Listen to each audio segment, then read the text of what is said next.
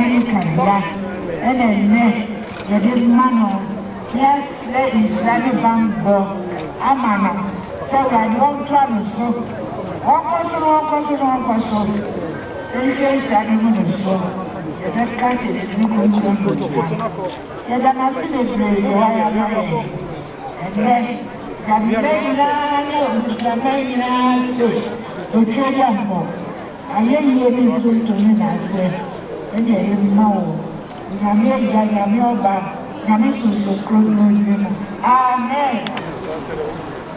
Dans ce vrai, mon DWABENHENE de la science. Et si elle est ni à cela, DWABENHENE on m'a dit à Siribuo, Otuo Siribuo se on mo enia, de payer on modèle. Assentiment de was, so what he anymore. Otuo se il y a bébé, on sait qu'il y a bébé. Si, on se voit pas, moi je ne pas. Ghana man de was, moi je ne sais, où est le Ghana? Man a fufu for heaven. What do you actually no? A person, when you went no more. Now, when you're a pedalman, when you're a pedal, and mano, Copembra, Cobefro, Amua Koji, wow. Yana blind so. Poko afọ akatachie no chaselana ne ho ne alma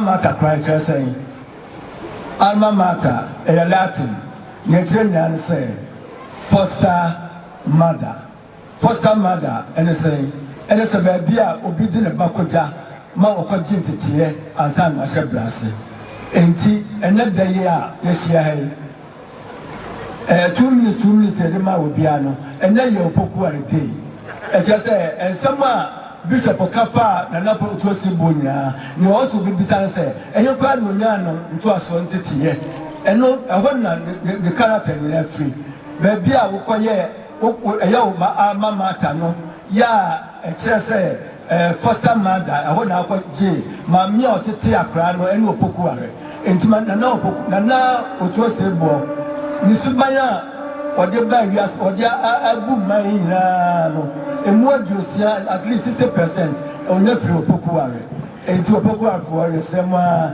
yemfa be 5 minutes na yem kan asem opoku afo nana Otuo Siribuo yesema tenkwa ye dawase said ye wa ma yedi akoba bia Sanana kasa eni obi no be ka che oso kwa Achimota Uti mi hu se Achimota agye no ho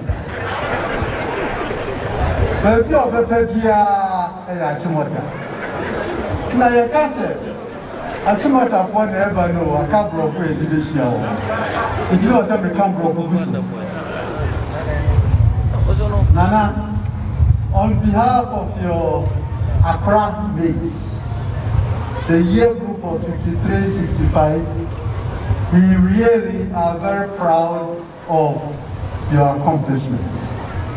And wherever you go, you are a symbol of what the great school has to offer. Our song is From Gambaga to Accra, from you also to Kita. We are brothers and our mother is a school.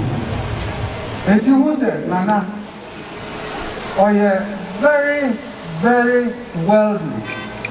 Not you want you we are seeing near you now. You go be sure or more at Achimota. If you are my mind peace. And so far, said you be see a casa, that's why Minina if you are Achimota. You say that the chief for me, dear. As so, you're polishing.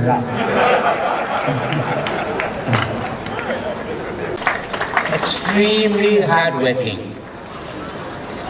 It's amazing to see him in his office sometimes even 9 or 10 o'clock, just to make sure that minutes and everything is correct or corrected, so that the following day we don't have to spend hours upon hours going over to correct them.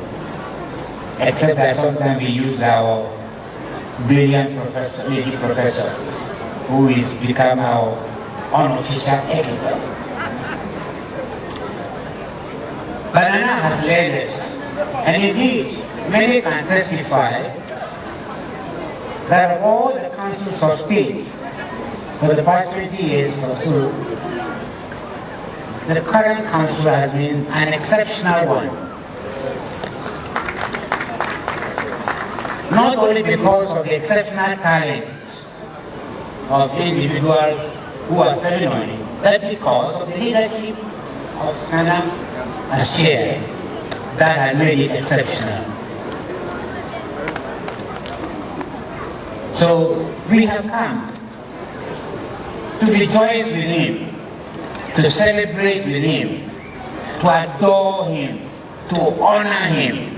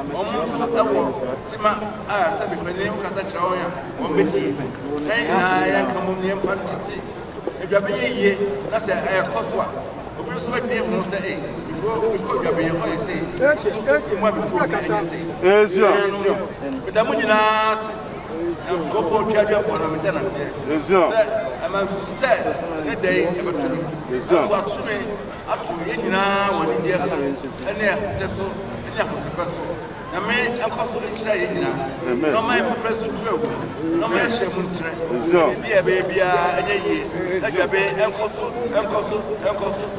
a enye everybody da mu nyina